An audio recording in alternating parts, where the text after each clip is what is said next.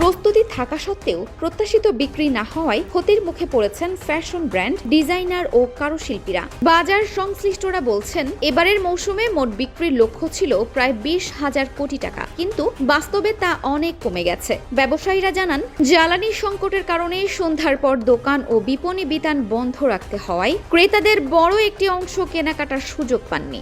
সাধারণত সন্ধ্যা ও রাতের সময়ই বৈশাখী কেনাকাটার মূল সময় হলেও এবার সেই সুযোগ সীমিত ছিল। ফলে বিভিন্ন ব্র্যান্ডে 20 থেকে 50% পর্যন্ত পণ্য অবিক্রিত রয়ে গেছে।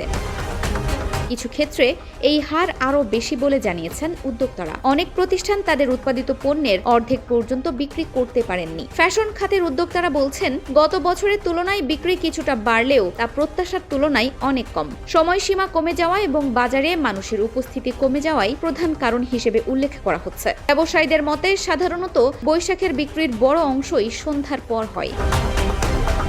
একাধিক ব্যবসায়ী সংগঠনের হিসাব অনুযায়ী অবিক্রিত পণ্যের হার গড়ে 40% কাছাকাছি। এতে শুধু বড় ব্র্যান্ড নয়, ক্ষতিগ্রস্ত হয়েছেন ছোট উদ্যোক্তা ও কারুশিল্পীরাও। অন্যদিকে অবিক্রিত পণ্যের চাপ ব্যবসায়ীদের নগদ অর্থ প্রবাহে সংকট তৈরি করেছে। কর্মচারীদের বেতন, দোকান ভাড়া ও উৎপাদন খরচ মেটানো নিয়ে অনেক প্রতিষ্ঠান এখন দুশ্চিন্তায় পড়েছে। বিশ্লেষকদের মতে, মৌসুমি বাণিজ্য নির্ভর খাতগুলো এমন পরিস্থিতিতে সবচেয়ে বেশি ঝুঁকিতে থাকে। সময়মতো বাজার সচল না থাকলে বিপুল বিনিয়োগ আটকে যায়, যার দীর্ঘমেয়াদী প্রভাব পড়ে পুরো খাতের উপর।